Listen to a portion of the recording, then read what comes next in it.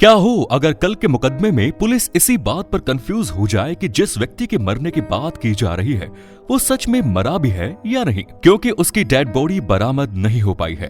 100 गोताखोर की बड़ी टीम डेड बॉडी को रिकवर करने की कोशिश करती है मगर फेल हो जाती है। इसके बावजूद पुलिस 900 पन्नों से ज्यादा का आरोप पत्र अदालत में पेश करती है और केवल एक खून के धब्बे से इस मामले का खुलासा होता है। आज की घटना जितनी इंटरेस्टिंग है उतनी ही डराने वाली भी। तो बने रहिए हमारे साथ इस वीडियो में आखिर तक। हम अपने नए साथियों से अनुरोध करते हैं कि हमारे इस चैनल को सब्सक्राइब कर दें, बेल आइकन को जरूर प्रेस करें ताकि आप हमारे आने वाली वीडियोस की नोटिफिकेशन हासिल कर सके।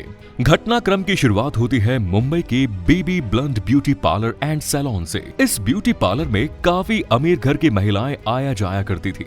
28 वर्षीय कृति व्यास यहाँ पर फाइनेंशियल मैनेजर और एचआर के तौर पर जॉब करती थी। इसी ब्यूटी पार्लर में कृति के साथ 28 साल का सिद्धेश थामकर भी जॉब करता था, लेकिन उसके काम करने के रवैये को लेकर अक्सर कृति उसे टोका करती थी और डांटा भी करती थी। कृति उससे कहती थी कि अगर तुम ठीक ठाक काम नहीं करोगे तो तुम्हें जॉब से निकाल दिया जाएगा।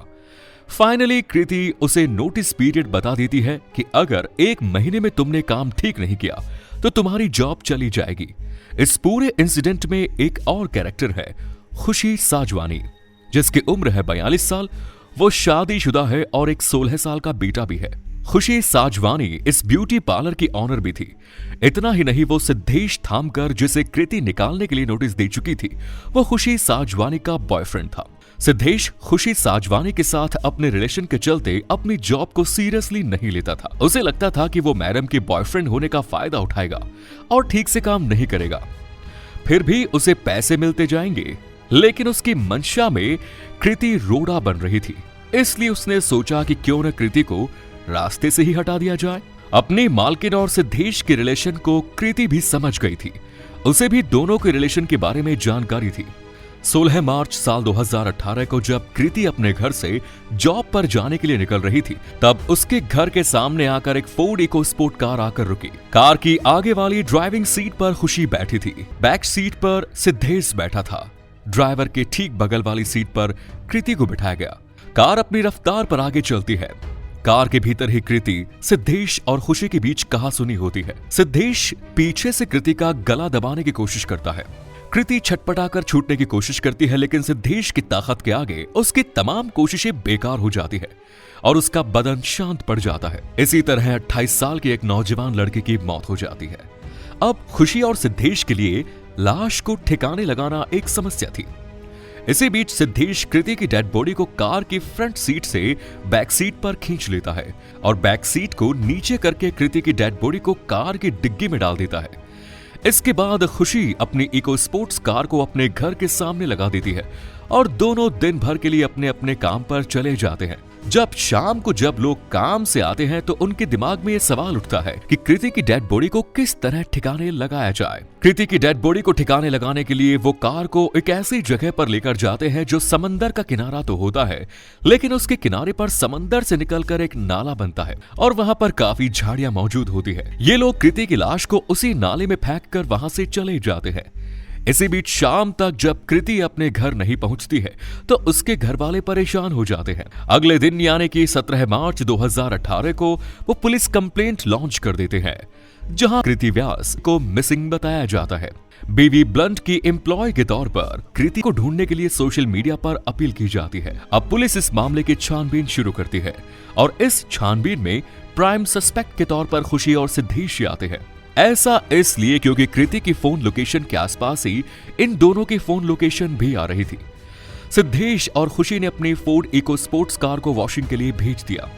उनका मानना था कि इससे सारे सबूत मिट जाएंगे, लेकिन जब इस कार को फॉरेंसिक जांच के लिए भेजा गया तो कार में खून के कुछ धब्बे पाए गए। खून के इन धब्बों का डीएनए कृति की मां के डीएनए सैंपल से मैच कराया गया। अब पुलिस ने इन दोनों को बुलाकर पूछताछ शुरू की। अब इनके पास आनाकानी करने के लिए ज्यादा ऑप्शंस नहीं बचे थे।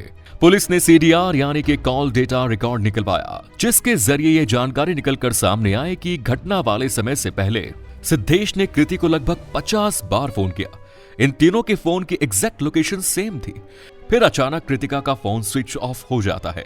पुलिस की सख्ती के आगे खुशी और सिद्धेश टूट गए और उन्होंने अपना जुर्म स्वीकार कर लिया। अब पुलिस के पास आरोपियों के इकबालिया बयान, सीडीआर रिपोर्ट, फोन की सिम लोकेशन के अलावा फॉरेंसिक लेबोरेटरीज की वो रिपोर्ट भी मौजूद थी जिसमें खुशी की मां से कृति के डीएनए सैंपल्स मैच कराए गए। इसके अलावा ये दोनों कृति को लेकर जहां जहां गए थे उस पूरे एरिया का सीसीटीवी फुटेज पुलिस ने इकट्ठा करवाया। लगभग 400 सीसीटीवी कैमरेस की फुटेज सामने आती है और हर एक फुटेज को बारीकी से देखने के बाद एक फुटेज में ये देखने को मिला कि कृति खुशी की इको स्पोर्ट्स कार में बैठ रही है।